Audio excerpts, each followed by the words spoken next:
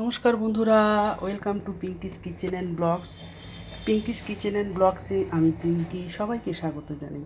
আশা করি সবাই ভালো আছো, আমি বেশ ভালো আছি।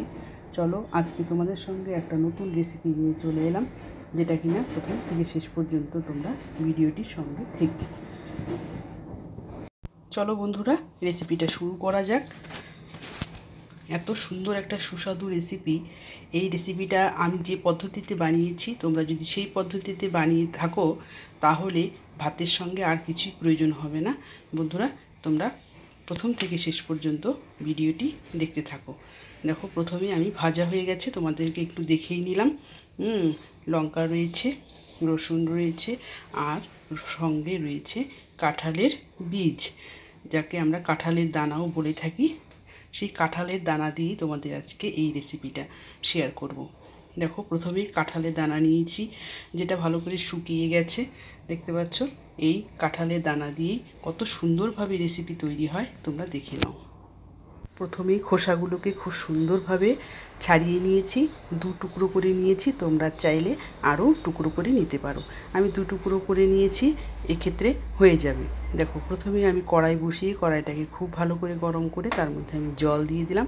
এবার কাঁঠালের যে বীজগুলো রয়েছে সেটা আমি জলের মধ্যে দিয়ে দিলাম।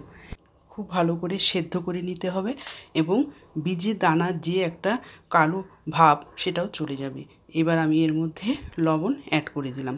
তোমরা এই পর্যায়ে এখানে হলুদও ব্যবহার করতে পারো, সেক্ষেত্রেও খুব ভালো হবে। আমি একটু ঢেকে দিলাম, খুব তাড়াতাড়ি সেদ্ধ হয়ে যাবে কাঁঠালের বীজগুলো।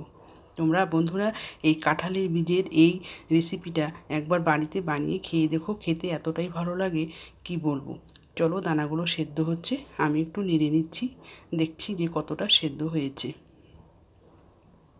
দেখতে পাচ্ছ প্রায় অনেকটাই সেদ্ধ হয়ে গেছে, আর কিছুটা পরিমাণ সেদ্ধ করে নেব। তোমরা তোমাদের পরিমাপ মতো সেদ্ধ করে নেবে, কেউ কম করতে পারো, বেশিও করতে পারো। দেখো, আবার একটু ঢেকে দিলাম, কিছুক্ষণ হতে দেবো। দেখো, একদম খুব সুন্দরভাবে সেদ্ধ হয়ে গেছে। দেখতে পাচ্ছ বন্ধুরা, দেখো কত সুন্দরভাবে কাঁঠালের দানাগুলো সেদ্ধ হয়ে গেল। এবার আমি জল থেকে তুলে নেব, একটু জল ঝরিয়ে দানাগুলোকে আমি তুলে নিচ্ছি। তোমরা চাইলে উপরে যে লাল খোসাটা রয়েছে সেটাও ছাড়িয়ে নিতে পারো বন্ধুরা। দেখো, লাল খোসাটাও একদম খুব সুন্দরভাবে ছাড়ানো যাবে। আমার এখানে প্রয়োজন হবে না, সেই জন্য আমি ছাড়িয়ে নিচ্ছি না। আর নিয়ে নিয়েছি দেখো কাঁচা পাকা লঙ্কা রয়েছে, ছাড়ানো রসুন। এই তিনটে জিনিস দিয়ে এত সুন্দর একটা পদ তৈরি হয়ে যায়। চলো, এবার কাঁঠালের দানাগুলোকে একটু আমি ভেঙে ভেঙে নিচ্ছি, সেক্ষেত্রে খুব সুবিধে হবে এবং খেতেও খুব ভালো লাগবে। একটু ভেঙে নেওয়া হচ্ছে কাঁঠালের বীজগুলোকে।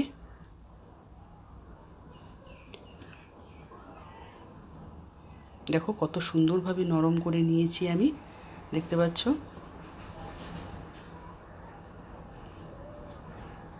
দেখো, হয়ে গেছে বেশ খুব সুন্দরভাবে, একটু ভেঙে ভেঙে নিলাম। এবার চলো রেসিপিটা শুরু করা যাক। কড়াই বসিয়ে খুব ভালো করে তেল গরম করে নিলাম, খুব সুন্দরভাবে গরম করে নিয়েছি। এবার আমি এর মধ্যে একটু তেলটাকে নেড়ে নিলাম।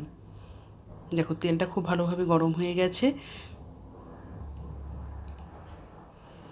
এবার আমি এর মধ্যে প্রথমে দিয়ে দেব রসুন।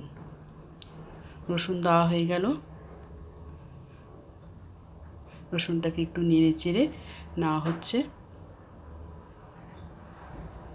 এবার আমি এর মধ্যে অ্যাড করে দিব কাঁচা পাকা লঙ্কা। তোমরা এখানে শুকনো লঙ্কাও ব্যবহার করতে পারো, আমি কাঁচা লঙ্কা পাকা লঙ্কা ব্যবহার করেছি। শুকনো লঙ্কাও ব্যবহার করলে খেতে খুব ভালো লাগবে। চলো, এবার রসুন আর লঙ্কাটা একটু ভালো করে ভেজে নেব, যেন রসুনের কাঁচা গন্ধটা না থাকে। একটু লাল লাল হতেই আমি এর মধ্যে অ্যাড করে দিচ্ছি কাঁঠালের দানাগুলো। কাঁঠালের দানা দিয়ে দিলাম। এবার খুব সুন্দরভাবে একটু হালকা ভেজে নেব, একটু তেলের মধ্যে নেড়ে চেড়ে নেওয়া হচ্ছে। হালকা ভাজা ভাজা হয়ে এসেছে, দেখতে পাচ্ছ বন্ধুরা। এবার আমি এখানে অ্যাড করে দেব পরিমাপ মতো হলুদ গুঁড়ো। হলুদ গুঁড়ো দিয়ে দিলাম, আর দিয়ে দিচ্ছি পরিমাপ মতো লবণ। এখানে শুকনো লঙ্কার গুঁড়ো ব্যবহার করতে পারো, কিন্তু আমি শুকনো লঙ্কার গুঁড়ো ব্যবহার করছি না। খুব সুন্দরভাবে সব কিছু খুব সুন্দরভাবে ভেজে নেওয়া হচ্ছে।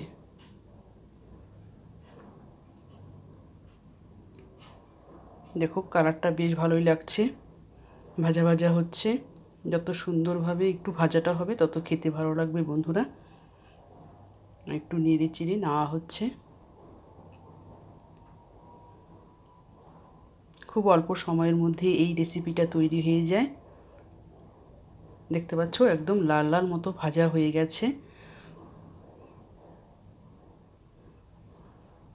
খুব সুন্দর একটা গন্ধও বেরিয়ে আসছে বন্ধুরা। তোমরা যখন বানাতে থাকবে তখন দেখবে খুব সুন্দর একটা গন্ধ পাচ্ছ। দেখো একদম হয়ে গেছে তৈরি আমাদের এই কাঁঠালের দানা দিয়ে যে ভাজিটা প্রথমে তৈরি করে নিতে হবে সেটা তৈরি হয়ে গেল। এবার আমি তুলে নেব একটা পাত্রে। দেখতে পাচ্ছ লাল লাল মতো হয়ে এসেছে। এবার তুলে নেওয়া হচ্ছে।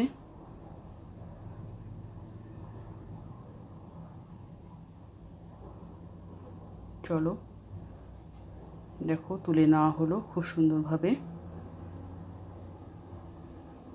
এবার ঠান্ডা করে নেব, বেশিক্ষণ না, কিছুক্ষণ ঠান্ডা করে নিলেই হবে বন্ধুরা। দেখো ঠান্ডা হয়ে গেছে। এবার আমি বেটে নেব। দেখো সবগুলো অল্প অল্প করে দিয়ে দিচ্ছি। তোমরা চাইলে শিলপাটাতেও বেটে নিতে পারো, সেক্ষেত্রেও খেতে খুব ভালো লাগবে। ঠান্ডা হয়ে যাওয়ার পর বেটে নিতে হবে। দেখো সবগুলো দিয়ে দেওয়া হচ্ছে।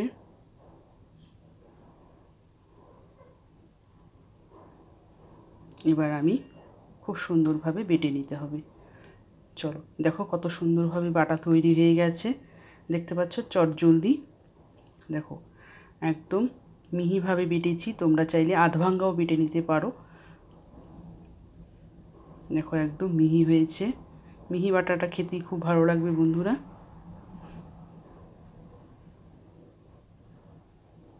দেখতে পাচ্ছ কত সুন্দরভাবে খুব সামান্য উপকরণ দিয়ে এই বাটাটা তৈরি হয়ে যায়। গরম গরম ভাতের সঙ্গে এই কাঁঠালের দানার বাটা যদি থাকে তাহলে ভাতের সঙ্গে কিছুই প্রয়োজন হবে না বন্ধুরা। তোমরা অবশ্যই বাড়িতে এভাবে একবার বানিয়ে খেয়ে দেখো। চলো একটা বাটিতে তুলে নেওয়া হচ্ছে। পরিবেশনের জন্য একদম তৈরি হয়ে গেছে এই কাঁঠালের বীজের বাটা।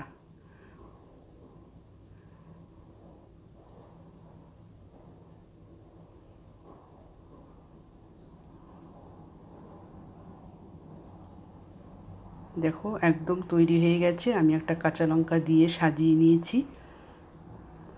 চলো গরম গরম ভাত আর এই কাঁঠালের দানার বাটা ব্যাস একদম পুরো জমে যাবে। তোমরাও নিশ্চয়ই বাড়িতে এভাবে বানিয়ে দেখো, খেতে খুব ভালো লাগবে। কাঁঠালের বীজের ভর্তা বা বাটা যে যাই বলো না কেন, খেতে খুব ভালো হবে। তোমরা এই পদ্ধতিটা ফলো করে বাড়িতে বানিয়ে খেয়ে দেখো। আর ভিডিওটি লাইক কমেন্ট শেয়ার করতে ভুলো না বন্ধুদের মাঝে। আর যারা নতুন বন্ধু রয়েছে তারা চ্যানেলটিকে সাবস্ক্রাইব করে পাশের বেল আইকনটাতে ক্লিক করে দিও পরবর্তী ভিডিওর নোটিফিকেশন পৌঁছে যাওয়ার জন্য। Thanks for watching. তোমাদের সঙ্গে দেখা হচ্ছে নতুন কোনো ভিডিওতে। তোমরা সবাই ভালো থেকো, সুস্থ থেকো, নিজের খেয়াল রেখো। টাটা বাই বাই বন্ধুরা।